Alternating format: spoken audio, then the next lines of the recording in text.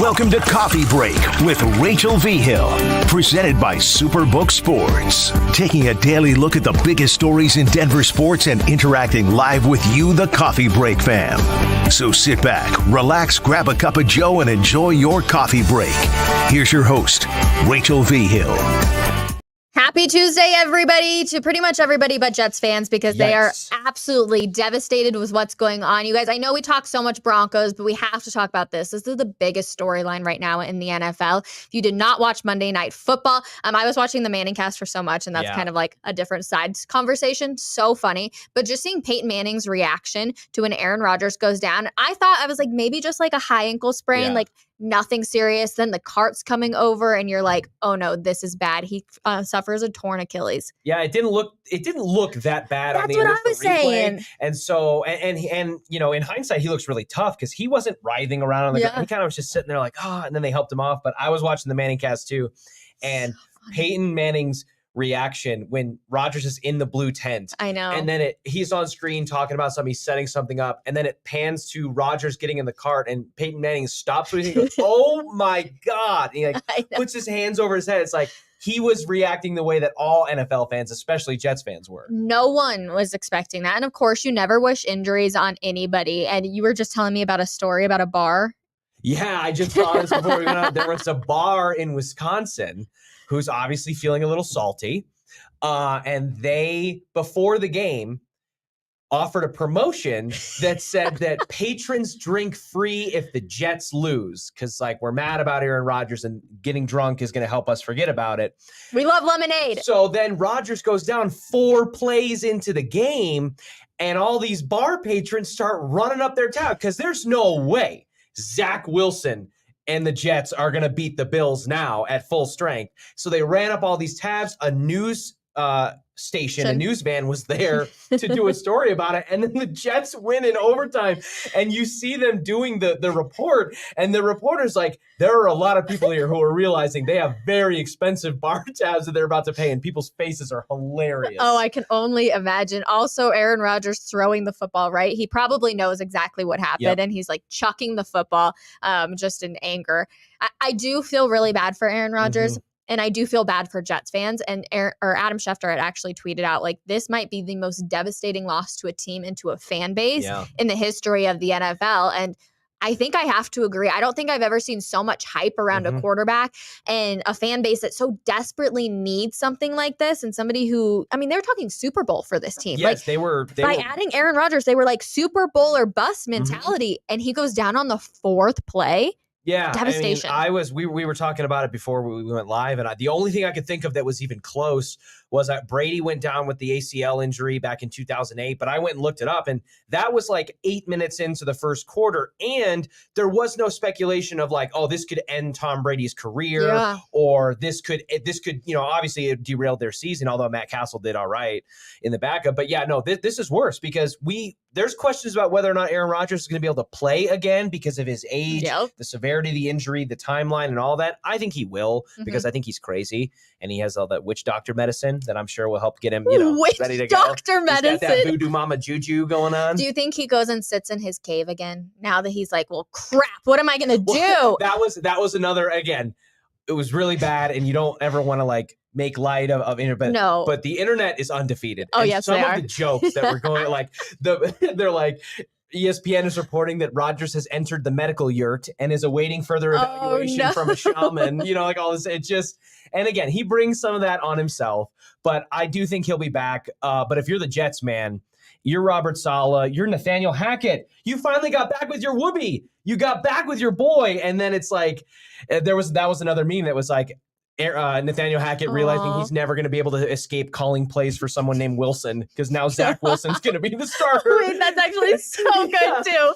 The internet is undefeated. I did see a comment though. It says, sucks about the AR injury, but would Denver be ruthless enough to move Russ to the Jets and just rebuild? I appreciate the comment, Brian. My only thing on this is, why in the world would the Jets want to connect Nathaniel Hackett redo it and Russell Wilson again, because we saw what a disaster that was going to be. Denver, I think Sean Payton is here to fix Russ, and Russ has looked a lot better. He had, I think, 101 was his QB rating for game one. He's looking better, but I think I just don't think that's going to happen ever. Yeah, I mean, listen, Robert Saleh's face on the sideline when they were going to, if there's a quarterback out there that was enticing, that was doing it, I think he would do it, because I think the only person that's less enthused by Zach Wilson than Robert Saleh is Peyton Manning, who literally must hate Zach Wilson. He's like, oh, Wilson still plays for the Jets? Like, oh, there he is running backwards again. He's like, if Peyton Manning is talking crap about you on the broadcast as a quarterback, that's not a good sign. Okay, let's just also put it out there that people that don't like the Manning cast, I just don't understand you. Like, they are so freaking funny together. And I get it. You want your traditional football, but you get that all day on Sunday. You get your traditional play-by-play. Watching Peyton Manning's reaction and Eli Manning and the way they pick on each other, it's one of my favorite things in Monday nights. To the people who are critical of it, to their credit a little bit, because I do enjoy it. And I think that they're getting better and sharper, Peyton and Eli are, as like broadcasters and things like that, as a duo.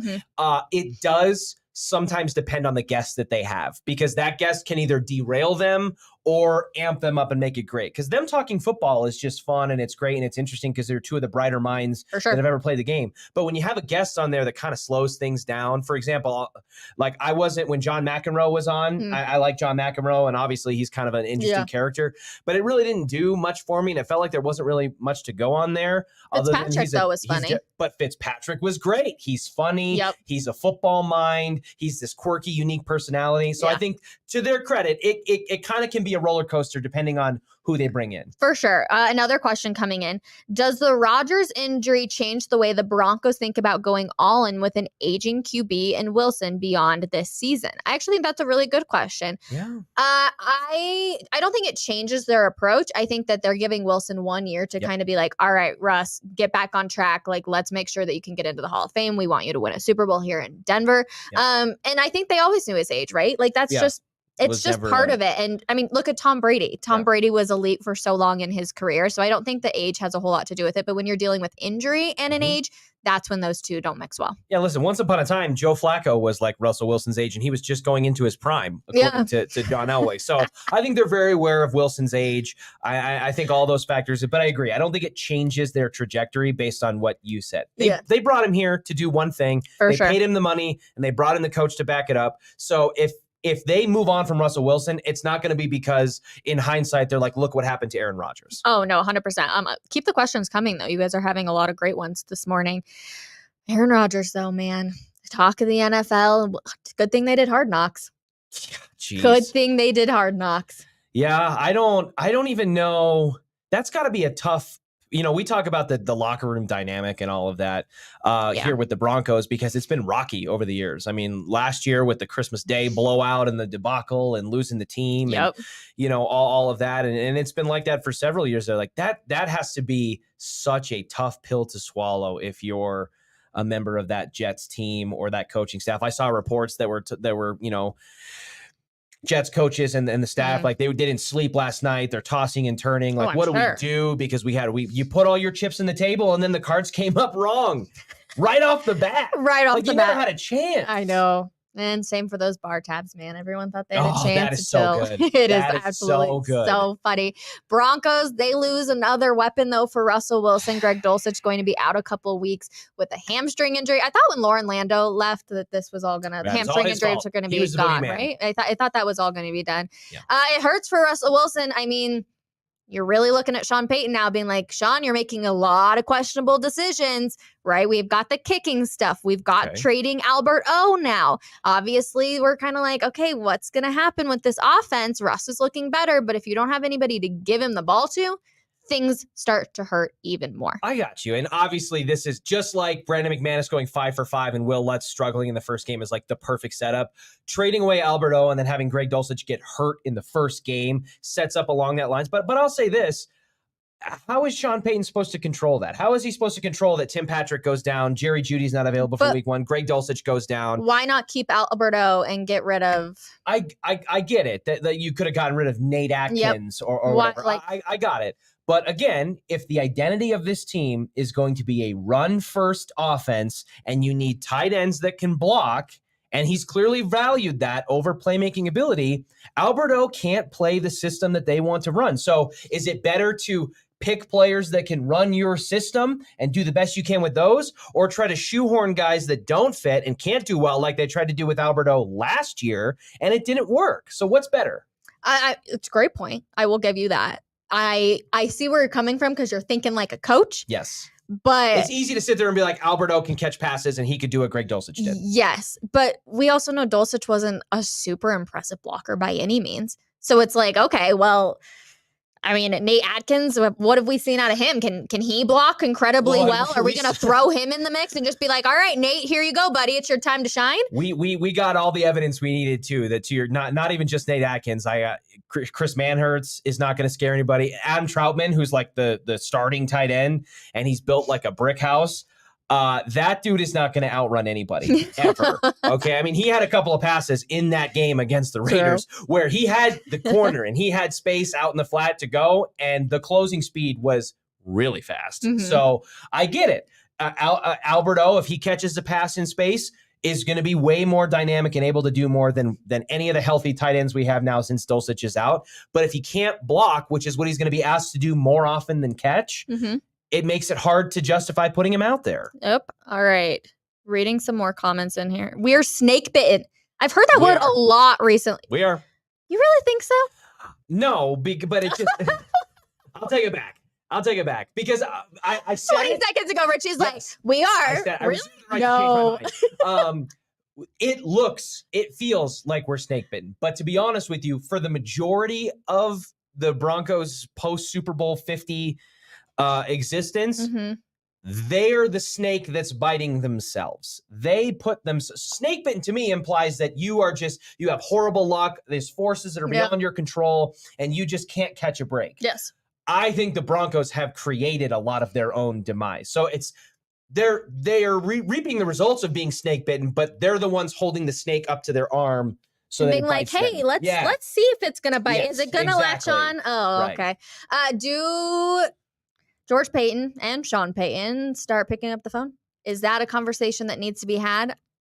Yeah, I mean, listen, I think you should always, if you're in George Paton's position and Sean Payton's especially, you should always be ready to pick up that phone and make calls. I feel like that's part of your job. Now, what all is out there and like what kind of prices and things you're going to have to pay. I can tell you there's no for tight the ends. Quality of groceries you're going to buy, I don't know. So yes, the answer is that it should be time to pick up the phone. And if Greg Dulcich and Jerry Jeudy's injuries, linger beyond, and it was a few weeks for Dulcich, right? And Jerry Jeudy, it's like a, hey, we'll see kind of thing. If that lingers on, then sure, maybe we're calling up and asking about a Jarvis Landry or Julio Jones. That one that'll make me. Julio Jones he's not good anymore. He's not the answer. But how old is Julio Jones nowadays? He's got to be like 30s. Julio Jones. He's 34. 34. Okay. Yeah, he's getting up there for sure. Somebody said, great, let's give away even more picks. I like the way you're thinking. The Broncos are already lacking there. I get it. That's what I'm saying, though. That's why it's like, it's tough, because what are you going to pay? Here's the thing, too. I think, even though it's hard to admit this as a fan base, and it's hard to admit this week one, I think we can all look at this roster and be like, they're not winning the Super Bowl. So, like, how hard do you go in for the season where you start making, like, calling up people? Or do you just save it all and you say, we already know this isn't going to be the year. Let's keep some good players. Let's figure out what we got. Let's build the system around Sean Payton and then, look ahead to the next couple of years. It's a great strategy. It just depends on how much leash and how long you're willing to give Russell Wilson, because you can't say Russell Wilson has a year to figure this out. But if we're not good, we'll keep going. Yeah, I've said 8 or 9 games puts us in purgatory for Russell Wilson. I think if he wins 9 or 10, you're probably like, all right, we'll keep you. Things are going the right way. If you let go of him after 9 or 10 wins when they haven't had a winning season in 7 years, I agree with you. But again, this creates the paradox, right? It's a make or break year for Russell Wilson because they paid him all this money, and we've got Sean Payton here, and we don't have any time to lose because we traded for the coach and the quarterback. We're all in. We put our chips in the center of the table. Yep. So it's hard to be that way, and then all of a sudden be like, listen, we're not going to win very much. So let's just, let's see what we got next year. That's two different things. So it's almost like you got to pick a lane, and that makes it really difficult. And which lane are you in? I think that you have to try to win as many games as possible without giving up your future. You and I are in the exact same lane. Yeah. No, but I think we differ on what the number of that is, as we've discovered. I'm fine if the Broncos win 7 games. I'm happy with that based on how bad they've been. And as long as with those 7 wins, there's positive signs in the right direction. You, with the iron fist, are like, we will win 10 games or we will relocate this team. Okay, let's differ a little bit.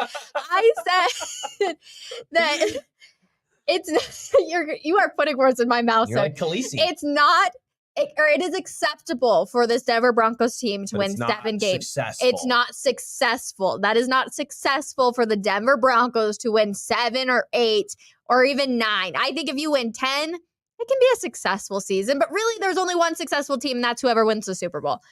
Fair enough. But we're in the same lane where it's like, work with what you have. Let's not give up picks because, to be honest, the season's already kind of a bust. The only situation that I see, I mean, if you really felt like you were a 10-11 plus win team, and if you felt like you were the Jets, okay, before Aaron Rodgers went down, then I could see Jerry Jeudy, Greg Dulcich going down like, hey, let's maybe try to wheel and deal to bring some pieces in here because we got to keep this ship afloat. Yep. I don't think that's where the Broncos are at, and I don't foresee them even giving away picks, let alone trading to bring it. I don't see them doing any kind of situation like that unless the bottom falls off of this ride and it's a fire sale at that point. You know what I mean? If they're 2-6 after 8 games, getting close to that bye week, oh my gosh, I think that's when you got to pick up the phone and you got to start making calls for some names that. Okay, actually, I love this because they obviously lost week 1. Let's give our predictions at the bye week.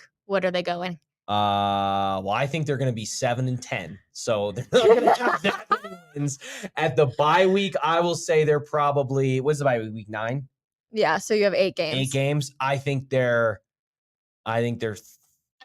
4-4 at best. I was gonna say, I'll just be different than you. I'm gonna say 3-5. Okay, I was gonna say 4-4, reasonable. but I thought about it too. I think that's your range. 3-4 wins halfway through. Do they get a win against the Commanders this weekend? Yes. And dude, I don't know. The Commanders' defense is solid. That front 4, not even just the front 7. That front 4 is sick. Stacked. Sick. Yeah. Okay, so listen, Mike McGlinchey, Garrett Bowles, a lot of their pressure. Buckle up, buddy. Well, a lot of their pressure's on the interior too for Washington. Yeah. So that's really more of like a Lloyd Cushenberry, Ben Powers kind of thing. But listen, and even if they don't win next week, I think that and I'm not saying this is going to be a forecast, but I do think it's important to have perspective. They're 0-2? In Sean Payton's last 5 seasons in New Orleans, they started 1-1 or 0-2 in every single one of those 5 years. How many of those years do you think they made the playoffs? Probably all but 1. 4 out of the 5. Yeah. 4 out of the 5 years. So what a good stat, Richie. For all the must wins of saying, wow, hey, if they lose to the Raiders, it's over. That's what Mike Evans was saying. A lot of that's echoed through the thing. And I understand it hurts more because it's a rivalry week. Yeah. But Sean Payton has started out of the gate 1-1 or 0-2 in his last 5 years in New Orleans. And they made the playoffs 4 of those 5. So apples aren't always apples. It's a different, conference, different division, different schedule, different team, all that. I get it. But let's just say that it's not impossible that they can overcome this mountain of losing to the Raiders and if they lose to Washington. Wow. Okay. First of all, incredible stat by you. That does give me a little bit hope. So here's my only other thing on this. Clearly Sean Payton doesn't start hot. We learned that with that stat right there. But is it going to linger because he's a little rusty from taking a year off? Maybe. Listen, I think when you've been a coach for as long as Sean Payton has, and you've got that kind of that credence and credibility, I think it comes back to you. It sounds cliche to say it's like riding a bike, but I do think that as someone who has recently got on a bike after not being on a bike for a few years, though, let me tell you, it does take you a little bit longer, okay? You need some training wheels? I don't need training wheels, but having to try and get on and off the bike, well, like I used to do it, right? You'd be going like almost full speed and you'd be able to just flop off. Oh, no, we have to come to a complete stop. You were the girl that's riding down the street and everybody's like, is she gonna slow down? There she is. So I'm just saying, It does take a little bit longer. I think that this will be a very telling, eye-opening week for the Broncos and Sean Payton, because he had an offseason to instill everything that he's tried to do. And what he's been asked to do, again, for the record, I'm just going to sound like a Sean Payton apologist in some ways. He is. What he's been asked to do is not easy. The Broncos have been horrible for almost a decade. And yes, they traded and they paid him money and they brought him out to do. So with that, with the price tag comes expectations. And I believe in that, just like I believe it for Russ. But I feel like sometimes we get caught too much in this instant gratification demand for success and results immediately. So, but they lost in week 1. And now they got to sit there with that taste in their mouth and they've got to adjust. They had the live reps. So how they respond against Washington, positively or negatively, whether they win or lose, will be a big tell. I'm with you and I can get on board.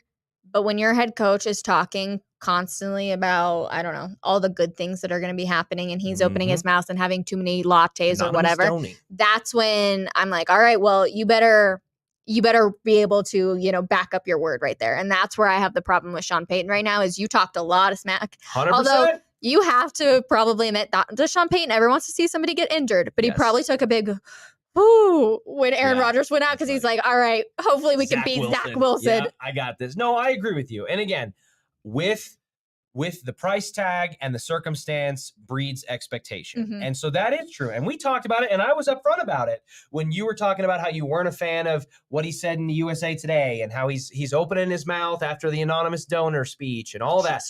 Zip it. I said, I'm fine with it. That's who you are. Be who you are. But if it doesn't work, if you don't back it up, this is what's going to happen. And it's already starting to happen. So it doesn't mean he can't, it's just week 1. So it doesn't mean he can't turn it around. Not make or break. If they turn around and rattle off 3 or 4 straight wins, which would be impressive because Miami looks really good.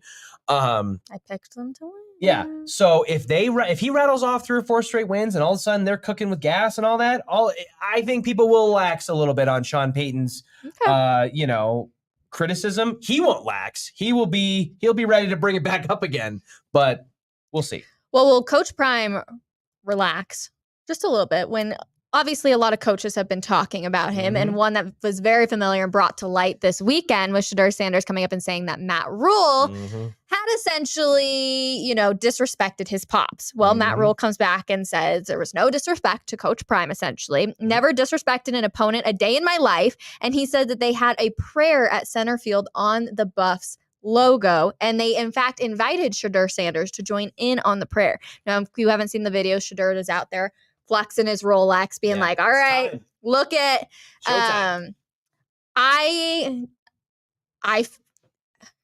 don't know how I feel about this whole situation because I personally didn't see a prayer that happened out on the 50-yard line, center field. I saw Shedeur out there, but I also saw players that were sticking around clearly trying to puff their chest a little bit at Shedeur. So I don't know. I feel like this is just kind of an icky situation, but I think Matt Rule should have just let it go. Yeah, I don't know why you need to the fact that he felt the need to respond again, which again is probably our fault as the media. I'm sure he wasn't going to go out of his way to say something unless he was asked about it in that press conference. True, fair. So to give him that credit, I don't think he needed to say anything. Was there a prayer? Was there not a prayer? I don't know. I feel like it is pretty commonplace for teams in their home stadium to have tradition or issue with stepping on the logo in the middle of the field. A lot of teams that carries over into the locker rooms as well. If they have their emblem and their logo in the middle of the locker room, you're not supposed to touch it or go around it. So I feel like Matt Rule probably could have known, just as a general rule, that's probably not a thing. If it was a prayer, if it was not a prayer, I don't know. But regardless, I think that this was Shedeur and Dion and the Buffs taking that page from Michael Jordan to manufacture some disrespect, to put a chip on their shoulder and go out and open a can of whoop ass, which they did. They did. Also, highest viewed college football game of the weekend. Yes. Nebraska, Colorado. It just keeps adding up for Coach Prime. Over Alabama, Texas. That's crazy. That's like unheard of. Yeah, that's... For a big noon kickoff to a 10 a.m. kickoff over a night game, that is insane. 100%. And then you fast forwarded it again to this week, where ESPN is not even broadcasting the game. Yeah. And they are going to, I'm sorry, Big Noon Kickoff is not even broadcasting the game, and they're going to keep their show there another week. Yeah. And to see on the Monday Night Football game last night, they had the advertisement for ESPN primetime slate. And it's CU-CSU right next to Tennessee, Florida, which is a ranked matchup. To see the Rocky Mountain Showdown marquee advertised on national TV right next to a primetime SEC game is wild and awesome. Also, I appreciate all the Rammies who are like, they're going to get smoked, but we're in this together. I'm with you, Rammies. Yeah, I love it. It's better to be on the stage than not at all. Yeah. True. And who knows? They're starting a new quarterback. So that's definitely not going to come back to bite them. No, not at all. Well, it's going to come back to bite me because I went with some gutsy choices when it came to our King Supers pick'em, as we will bring in our very own Mark Schlereth, because Mark, he won this week, everybody. Mark Schlereth was kicking some booty. Mark Schlereth, how are you today, my friend? I am good, and I don't want to hear your excuses, Rachel, that you went some gutsy picks. I went with the right picks. That's what I like to go. Not gutsy picks, but right picks. Listen, I will bow down this week and say congratulations as you're walking away with the King Supers gift card. Mark, I want to get your opinion, though, on the Aaron Rodgers stuff, because obviously this is the entire talk of the entire sports world right now. As somebody that obviously covers the NFL as closely as you do, when you saw that happen last night, what went through your mind? It's sickening. You never want anybody to get hurt. Even, there's good sports hate, and a lot of people don't like Aaron Rodgers, and I get why. I happen to be a big fan, but the Jets are legit. The Jets, we saw what they did defensively. We saw how good they are. They're legit with Aaron Rodgers at quarterback, and it's just it's just a disappointing situation. Anytime somebody gets hurt, it's always hard. So I feel for them, and I feel for the Jets. I've got so many people that I worked with at ESPN for all those years that are such huge Jet fans. And, I just felt like reaching out to all of them, making sure they were okay. But it's disappointing, but that's playing in the National Football League. It's not if you get hurt. There's 100% certainty you're going to get hurt if you play this game. And it's unfortunate, 4 snaps and his season's over, and I don't know what they're going to do. If they'll go with Zach Wilson, if they'll try to bring somebody else in. But, yeah, it's depressing. It is. It's one of those things I really feel for Aaron. I feel for the Jets and the Jets fans that are long suffering. Listen, there's lots of people saying, hey, pick up the phone, call Tom Brady. You can still be in this window. Do you see a TB12 return at all? I don't necessarily think he'll return, but I'm sure the Jets will call. And let's face it, you look at what he did in Tampa Bay just a few short years ago when they won a world championship, built with very much the same construction, if you will. They've got some weapons on the offensive side of the ball that are really good, but defensively they are outstanding. And the Tampa Bay Buccaneers defensively, they were one of the top defenses in football when Tom went there. So there's a similar construction there. I'm sure the Jets have reached out. Now, I think Tom is actually done. But listen, that might be a really appealing thing. Plus, you get to compete against the New England Patriots twice. That can't be a bad thing for Tom. So he is a competitive cuss. So I don't think he'll do it, but never say never. A lot of people have started already to count the Jets out completely, but can their defense? We saw what they were able to do last night, keep this team in the game, and obviously ultimately led to a win. Are you counting the Jets out this season, or do you think that they can possibly get into that? We'll go 7 and above win. Yeah, I think they'll win over 7 games, but do I think they're a legitimate Super Bowl contender like I thought they were last night before play 4? Yeah, I don't think they're a legit Super Bowl contender.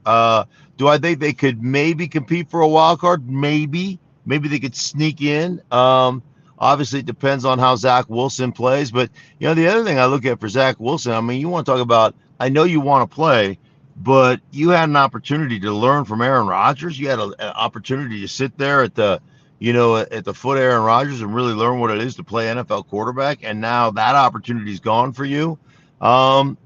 It's just a tough situation for the whole Jets organization. True. Okay, since you win this week, and like I said, I'm bowing down to this week. Yes. Is there any games that you automatically think I should just be like, yep, that's a gimme? That way I don't try and be gutsy or anything.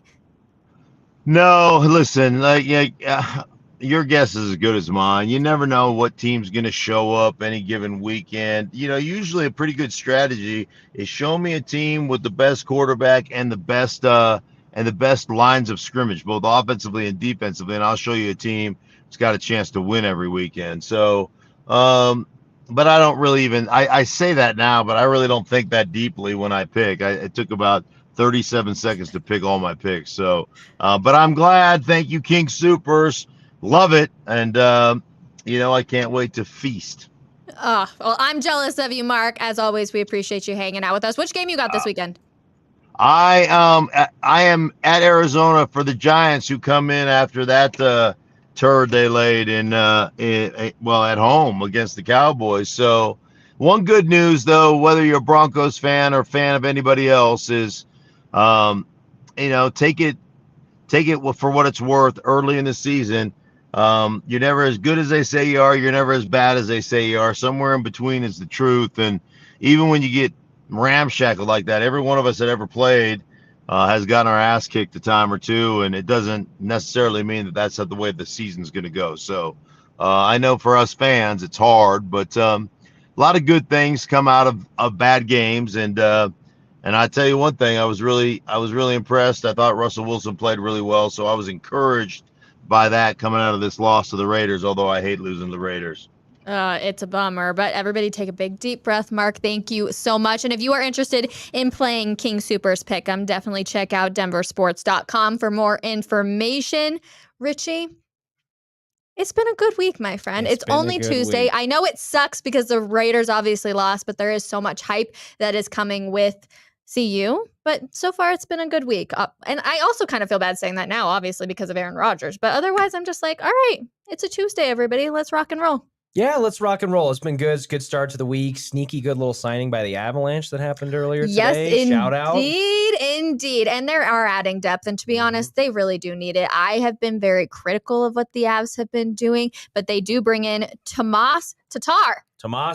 Anytime you can bring in like a 20-plus goal scorer to be a winger on your second, third line, that sounds like something that they need. Yeah, I was going to say that they didn't feel very well about in the past, but we'll see. And I like that the Avs keep making moves, and I think that they realize their window is very small to try and bring another Stanley Cup to Denver. Like, they're only signing him to a one-year deal. They're just really trying to buy in all together right now. Yeah, I don't think this to me wasn't when I saw it come across. It wasn't like oh my gosh, now we're cooking. We're in it. We got it now. But listen, these are the kind of signings that come playoff time. That's when it feels like you can really see a difference. Sure. It felt like on the Cup run, during that Stanley Cup run, we saw so many big goals in key postseason moments from like lower level kind of late season acquisitions before the deadline. Darren Helm. Yeah, exactly. So this feels like that kind of recipe, and I'm all for it. And just in case you didn't know, he is coming from the Devils. He had 20 goals last season, 28 assists, and 28 or I believe it's actually 48 points. That's my bad on that graphic there. But yes, is exciting. I'm happy that they're adding depth into the mix. I think the Avs need it. I'm still very critical about what their season's going to look like, but before we know it, it's going to be there. Though. So that honestly, it should be. I'm good at my job, right? Compliment. Are you going to tell Mark Schlereth he's not critical of his job? If Rachel takes it easy on you, you got no hope. That's what I'm doing for my Rams. Expectations of you, it means you're worth something.